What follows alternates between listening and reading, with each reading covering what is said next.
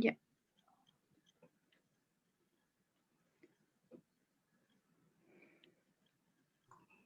Bueno, profe, ya que estamos hablando sobre los programas de prevención, no sé si usted tal vez, nos pueda contar alguna experiencia en cuanto profesional, personal, perdón, cómo esta ha sido algo positivo, negativo dentro en la parte personal, cómo ha sido. Yo creo que el trabajo de prevención siempre es más gratificante, ¿no? Porque cuando se mira en retrospectiva nos podemos dar cuenta de cuántas cosas se evitaron o cuánto dolor o sufrimiento innecesario se pudo haber hecho por una intervención apropiada. Entonces, en estos casos de violencia, ¿no es cierto?, en los que ya fueron más bien, el programa fue originado en base de la familia que ya estaba violentando los derechos de los niños, niñas y adolescentes. Este trabajo en pro de los hermanitos, o sea, como para prevenir que esta violencia se continuara replicando en los niños menores, también ha sido gratificante con el paso de los años ver cómo estas estrategias familiares mejoran, cómo también este niño o este adolescente que en algunas ocasiones ha tenido que ser sacado de su familia nuclear y buscar una familia extendida en la que pueda vivir mejor, ha frenado ciertos patrones conductuales que venían dándose hasta ese momento, ¿no? Mentiras, engaños, robos, un patrón de calificaciones súper bajo en las escuelas, en los colegios, y en el seguimiento con el paso del tiempo, porque yo me he mantenido muy en contacto con las compañeras que trabajan todavía en el municipio en este programa, de ver cómo estos niños y adolescentes han ido mejorando, ¿no? Han tenido una nueva forma y una nueva oportunidad de vivir, de mirar, de acompañar. Si bien es cierto, no habrá sido la solución de todos sus problemas, pero justamente por ahí va la prevención, ¿no? Y cómo nosotros al plantear estas estrategias de prevención, podemos mirar cómo estos discursos o cómo estos prejuicios que podemos tener desde lo social se van derribando, se van quitando, porque lo vamos previniendo, lo vamos haciendo antes de que ocurre. Si tomamos un niño y le decimos, por este contexto social, por estos padres, por esta educación, este niño, no sé, va a cometer crímenes, va a ser ladrón, y ayudamos a que eso no pase. Es parte también de permitir una oportunidad de bienestar, ¿no? De salud mental, de lo que hablábamos al principio. Que las personas puedan vivir en bienestar, que puedan vivir sanas, que no es solamente no estar enfermas, sino poder disfrutar de la vida. Y los planes de prevención van desde ahí, como les decía, siempre va a haber un proceso, siempre necesito mirar e identificar, saber cuál es la problemática, la dificultad, para adelantarme con el programa de qué es lo que se tiene que quitar, qué es lo que se tiene que reformular, qué es lo que yo tengo que plantear, qué es lo que tengo que hacer. Lo difícil de trabajar con estos planes de prevención un poco es el sistema en el que vivimos inmersos, ¿no? Y mientras no haya pasado, no es política pública. O sea, hace años que se vienen planteando políticas de cómo prevenir el embarazo adolescente, pero hasta que no fue un problema de salud pública, el Estado nunca invirtió un centavo en prevenir eso. Es ya cuando es un problema visible, o sea, cuando ya no hablamos de prevención, sino de intervención, que las autoridades nos dicen, ah, cierto, sí, tenga el tema del dinero. Y en salud mental nos pasa mucho eso, porque la salud mental no es algo que se considere. Lo que pasó también, ¿no? Hasta antes de la pandemia, la mayoría de gente ni siquiera sabía lo que es un psicólogo. A partir del encierro, del confinamiento, de la depresión, de las crisis de pánico, del estrés postraumático, que la gente decía, cierto, que ha sido importante estar sanos desde lo mental, que ha sido importante estar equilibrados. Entonces, claro, el Estado no invierte en salud mental, sino hasta que tenemos ya la problemática. Y un poco esa ha sido la lucha constante de los profesionales que nos dedicamos a la salud mental, intentar luchar y participar y conseguir esos fondos para la prevención, o sea, para evitar la problemática antes. Desgraciadamente, vivimos en un país en el que mientras no haya ocurrido, no hay prueba, ¿no? El caso típico de la violencia. Va cualquier niño o niña adolescente a denunciar por abuso y es bastante más engorroso el trámite porque como no ha habido violación, entonces es más difícil de probar, entonces pasan un montón de cosas. Entonces, prevenir desde ese entendimiento sistémico, ¿no es cierto? Porque lo social que está afuera a veces no nos permite hacer estas prevenciones que son tan necesarias, que nos dicen mientras no haya prueba, nadie es culpable, todo el mundo es inocente hasta que se le demuestre lo contrario, ¿no? Nadie resulta culpable de cosas que están ahí. Lo que nos acaba de pasar con Efraín Ruales, todo el mundo sabe quién es, todos sabemos por qué se cometió, menos la justicia. Uh-huh. Ya, profe. Al inicio de la entrevista usted nos mencionaba de que tuvo la oportunidad de pertenecer a varios centros y dentro de estos centros a lo mejor usted trabajó con un grupo inter o transdisciplinario y si fue así, ¿cómo avanzó el caso para resolverlo? Dando gracias a Dios, todas las veces, en todos los trabajos, aún en la consulta privada, el equipo ha sido transdisciplinario, ¿no? El poder entender estos casos, por ejemplo, de violencia de los que les estoy hablando en la casa de acogida, como el abogado es tan importante como la trabajadora social, como la psicóloga, como el coordinador, como la persona que se encarga de la nutrición, de la alimentación. El poder entender que el ser humano no es una cosita por ahí que se mueve de forma independiente, o que porque no consultó con nosotros por los problemas, no sé, de alimentación, entonces ya no nos vamos a fijar en eso. Es importante aprender a quitar eso, ¿no? Lo que les decía, este psicólogo sentadito en su sillón dando consulta es una partecita chiquitita de lo que es la psicología clínica. Es importante trabajar siempre en equipo, porque no siempre la única causa de los problemas, de las dificultades de la o las personas son las quejas emocionales. Podemos encontrarnos con trastornos de la alimentación, trastornos depresivos, violencia intrafamiliar, un tema de adopción, adicciones, la parte oncológica, en donde nosotros somos parte del equipo, pero hay muchas otras personas atrás de que ese caso vaya bien, ¿no? Yo creo que los casos cuando los he podido manejar así, han reportado un nivel de éxito mucho más alto que los pacientes que se han trabajado de forma solitaria. Ahora, a veces es la propia persona o la familia negándose a trabajar con más personas, ¿no? A veces nos dicen, no, no, no, a veces por el tema económico, a veces porque yo ya no quiero que nadie más sepa lo que me está pasando, que también se nos dificulta, pero cuando trabajamos con un equipo transdisciplinario es importante. Los casos van a ir mucho mejor que si lo hacemos solitos o solitas. Profe, esta pregunta es un poquito curiosa y perdone que pierda la formalidad. Uh-huh. Eh, Usted tal vez cuando trabajaba en este centro y no se dio esto del trabajo en equipo, como que no generamos como que rapport ya digamos así Uh-huh. con nuestros compañeros y a la misma vez no generamos la empatía del caso. ¿Le ha pasado eso? ¿O sí? De todo me ha pasado. Imagínense cuántos años voy yo ya en esto, que me han pasado cosas bellas y maravillosas, pero también cosas difíciles, ¿no? Yo diría que más que el tema de rapport, porque creo haber gozado de rapport con todos los equipos de trabajo, ya sea que yo los haya liderado o que haya sido subordinada, lo que a veces empieza a trabajar es que no siempre coincidimos en ideales o en objetivos, que a lo mejor yo puedo tener una forma de mirar las cosas y si el equipo no trabaja de forma coordinada por el mismo ideal, suelen haber estas confrontaciones o estas dificultades en las que el equipo suele quebrarse o romperse, ¿no? Y a la final el trabajo termina entorpeciéndose. Dando gracias a Dios, esto me ha pasado más bien en el ámbito de psicóloga clínica, pero como docente, más que dentro de la atención de pacientes, porque ahí sí sería súper grave, ¿no? Pero a veces esta visión de no apuntar al mismo objetivo también puede hacer que distorsionemos el cómo miramos la intervención y que eso empiece a resquebrajarse.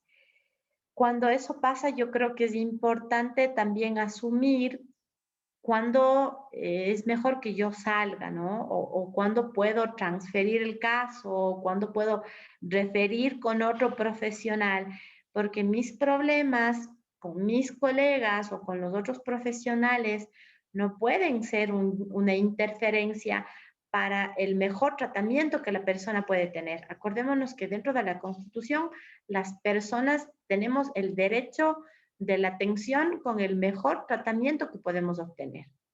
No es lo que yo buenamente puedo, lo que yo buenamente quiero, es lo que es lo mejor para esa persona. Y si hay esta diferencia de criterios, lo mejor en estos casos es poder referir con otro colega, ¿no? Hacer el traspaso del caso para que estas fricciones no terminen afectando la intervención que vamos a hacer con la persona que nosotros estamos trabajando. Y puede pasar, ¿no? Por muchas causas. Si no se llega a consensuar o a poder hacer un buen manejo de grupo, que en algunas ocasiones no siempre depende de uno, ya está. A veces lo mejor es poder hacer la referencia del caso con alguien que empate mejor y se pueda obtener el tratamiento deseado para la persona, pero sí pasa. Por eso es importante que ustedes se lleven bien como colegas desde la U. Ya, profe. Y de igual manera, digamos, ¿cuál sería su recomendación y su consejo al momento, no sé, de una frustración, como usted dice, al no poder trabajar con un paciente y tener que referir el caso?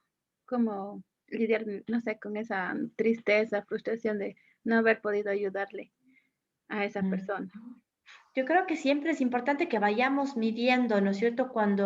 Y esto también se hace en base de la retroalimentación que o las personas con las que yo estoy trabajando me van dando. Cuando yo les digo, bueno, ¿cómo estamos? ¿Y cómo nos sentimos? ¿Y qué se lleva? ¿Y qué siente que ha avanzado? En la medida en la que vamos avanzando en el proceso, hay también como estas sesiones eh, de feedback, en la que la persona me va dando qué ha aprendido y yo también voy mirando cuánto podemos avanzar para de forma consensuada también ver si es que el otro siente que está avanzando en la medida en la que espera, en la que siente que este trabajo le está siendo productivo. Y cuando existen algunos casos en los que uno ya va viendo eso, ¿no es cierto? O a veces cuando está trabajando con un equipo en el que siente que ya no se avanza más con el equipo, primero, lo básico, ir viendo qué estrategias a lo mejor puedo yo cambiar como profesional para aportar y mejorar el caso. Acuérdense, por eso les decía, es importante la salud mental de la persona que está atrás como psicólogo, como psicóloga. Porque si yo no soy real y honesto conmigo mismo para admitir lo bueno y también lo malo, no voy a poder ser real para poder mirar que eso me pasa como profesional también y que tengo que dar un pasito al costado, ¿no? Y permitir que esta persona obtenga el mejor tratamiento que merece. Entonces, primero mirar si es que esto viene a lo mejor desde la parte teórica, desde las estrategias que yo estoy utilizando, si el caso está estancado más bien por ahí, si no avanza en el grupo, a lo mejor por esta postura, revisar, entender y analizar también cuáles son las posturas de los otros miembros del grupo, a ver de qué forma podría funcionar mejor, adaptar esto. Y cuando ya llegamos al punto muerto en el que después de tratar todas estas estrategias o intentar incorporar todos estos cambios, volvemos a que no hay ningún avance, el tema personal, el poder aceptar y admitir que también somos seres humanos. Psicólogos somos re chéveres y súper buenas gentes, nos pasan un montón de cosas bien simpáticas, pero también tenemos que asumir que nos podemos equivocar, que yo tengo que ser real conmigo y medir que no estoy avanzando, que no le estoy favoreciendo al otro y poder hacer una supervisión de casos, ¿no? Dentro de la terapia, que los psicólogos, sobre todo los clínicos, tenemos que llevar todo el tiempo con nosotros mismos, es también importante ir haciendo la supervisión de casos, tener colegas, compañeros, con quienes se vaya conversando el caso, obviamente desde toda la confidencialidad, pero para saber si estoy o no estoy avanzando, sobre todo en estos casos que a uno le cuestan, ¿no? Y que el otro le pueda decir es momento de retirarte. Es momento de transferir el caso, de decirlo. Eso tiene que ser hecho siempre de la forma también más ética y más profesional, en donde el paciente se afecte menos. Es importantísimo que nosotros no nos olvidemos la inversión emocional, energética y económica que la persona está haciendo con nosotros. Entonces, cuando hacemos la transferencia del paciente, también es paulatina, es acompañada, es a veces estar presente dentro de las primeras sesiones, dejándole conocer a la otra persona que está a cargo del caso qué es lo que ocurre, qué pasa, ¿no? Eso en la mejor forma de hacerlo. Y la otra que normalmente suele ocurrir es mediante un buen informe, bien hecho, sólido, sustentado, qué es lo que se ha trabajado, hasta dónde se ha avanzado, una llamadita de referencia del caso para que la otra persona pudiera entender todo y siempre estar como en contacto. Pero eso se va a poder hacer, vuelvo a insistir, si es que yo estoy sana desde lo mental, si es que yo mismo puedo aceptar en mí que me puedo equivocar y que puedo tolerar esa frustración y que puedo tolerar, como ustedes dicen, esa pena, esa rabia, ese enojo, de que a lo mejor quise mucho, pero no pude, ¿no? O no estoy pudiendo, o no estoy avanzando como quisiera. Entonces, poder admitir eso en mí es parte de la honestidad y la transparencia que yo les hablaba al principio. Es requisito sine qua non, como dirían los abogados, ¿no es cierto?, sin el cual no podemos empezar. Y aquí quiero hacer una precisión teórica. El ser psicólogo clínico no es sinónimo de ser psicoterapeuta, ¿no? El ser psicoterapeuta es una especialidad que hay que hacer aparte de la psicología clínica, o sea, es un estudio extra, porque además de un estudio lleva muchas horas de terapia, muchas horas de trabajo personal, en el que uno tiene que acreditarse como terapeuta. En el Ecuador en realidad no manejamos eso, desgraciadamente no tenemos un colegio bien constituido, hay como varios colegios en varios lugares del país, en el que también estos requisitos nos van haciendo falta, ¿no? Cómo podemos acreditarnos para mejorar la calidad de vida de los otros, pero también en base de mi trabajo personal. ¿Uh? Ya, profe. Bueno, igual como recomendación hacia nosotros, ¿usted qué consejo nos daría para ser buenos psicólogos ahora que estamos iniciando esta carrera, esta profesión? ¿Qué consejo nos daría? Yo creo que es importante lo que ustedes hacen, ¿no? Abrirse a escuchar, a entender, a saber que nos han pasado ya los que tenemos un poquito más de experiencia, cosas buenas y cosas malas. Yo creo que esa es parte de mi motivación en la universidad, que las personas que se encuentran profesionalizándose sean mejores profesionales de lo que nosotros como generación pudimos ser, y eso es contándoles también lo bueno y lo malo, pudiendo admitir que sí, que también han pasado cosas malas dentro de estos años de desempeño profesional y cómo poderlas solventar. Escuchar, mirar, aprender, leer mucho, ¿no es cierto? La abstracción, mientras más yo sepa, entienda y conozca, también voy a poder abstraer de una mejor forma, que es importante también para un psicólogo y una psicóloga, poder asumir lo simple y lo complejo, poder saber cuando tiene que ver con una palmadita o cuando necesita una intervención más fuerte, más sólida. El poder reconocerse a ustedes, el poder sanar sus heridas, también va a ser importante el manejo del cuerpo, del lenguaje no verbal y el atreverse a hacerlo. El ir, el ir practicando, el mirarse frente al espejo, el entrevistarse ustedes, hacer lo que están haciendo ahora, ¿no es cierto? Ir perdiendo miedo entre ustedes, ir perdiendo miedo con los profes, ir perdiendo miedo con las autoridades, echarse al ruedo e ir viendo qué cosas puedo, qué cosas no, porque ya luego de la vida universitaria, ahí sí que vamos a tener problemas, pues porque ya son personas a las que yo puedo terminar perjudicando. Ahora, si yo le hago una entrevista a mi profe, a mi compañera, no va a perjudicar mucho, ¿no? Lo vamos a poder manejar, vamos a poder guiar, orientar. Y el trabajo personal que siempre va a ser importante para cualquier rama de la psicología, porque en todas las ramas de la psicología la gente llega con problemas. No llega a contarnos lo lindo o lo bueno, llega a contarnos lo feo, lo duro, lo pesado.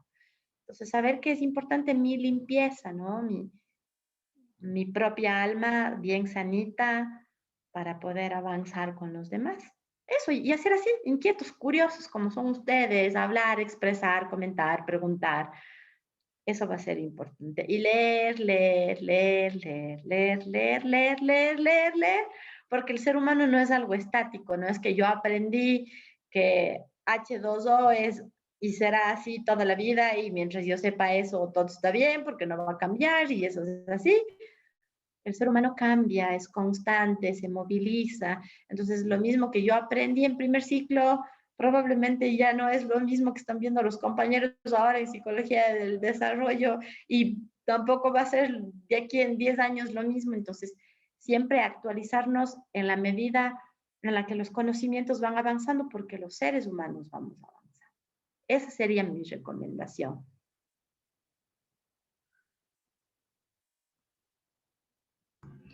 Bueno, profe, de parte de mis compañeros y de mí, quisiera agradecerle infinitamente este espacio que, como usted sabe, que es una persona súper ocupada, y brindarnos este espacio para retroalimentarnos, para darnos su conocimiento es significativo para nosotros, ya que como estudiantes nos estamos encaminando a una vida profesional, y que nos relaten las personas profesionales su experiencia para nosotros es muy gratificante como estudiantes. Realmente le agradecemos infinitamente este espacio, una entrevista súper cortita, pero para mis compañeros y para mí ha sido súper satisfactorio, todas estas preguntas que han sido importantes para nosotros. Ya que, digamos, la materia de psicología clínica, digamos, ahora, digamos, es un poco más teórica, y que usted nos alimente de la parte práctica es muy importante para nosotros. También le agradecemos infinitamente este espacio que nos ha brindado, profe. Muchísimas gracias. De nada, chicos. Para mí siempre es un placer poder compartir con ustedes y cada vez que necesiten, siempre podemos tener estas conversaciones además tan amenas. A veces me embalo yo nomás con la hablada, pero bueno, ahí está, a la orden siempre que ustedes necesiten. Muchísimas gracias, profe. De igual manera, por no, no olvidarse de sus estudiantes. Tener esta oportunidad, profe. Muchísimas gracias. De corazón le agradezco. Igualmente. Muchas gracias y ojalá algún rato nos toque de nuevo con usted porque fue muy bueno que nos dé clases, pero hubiera sido mejor que sea de manera presencial. Ya nos encontraremos. La vida yo creo que nos prepara sorpresas. Ya, Yo profe. también les quiero mucho y denles un abrazo a los compañeros y a las compañeras. Estudien mucho, ¿ah? Prepárense. Muchas gracias, profe. Muchas gracias, profe. A Gracias, Cuídese. ustedes, profe. cuídense. Chao. Gracias. Hasta luego. Gracias. Chao. Dale. ¿Se fue? Yo creo que sí. Yo creo que se Nos fue.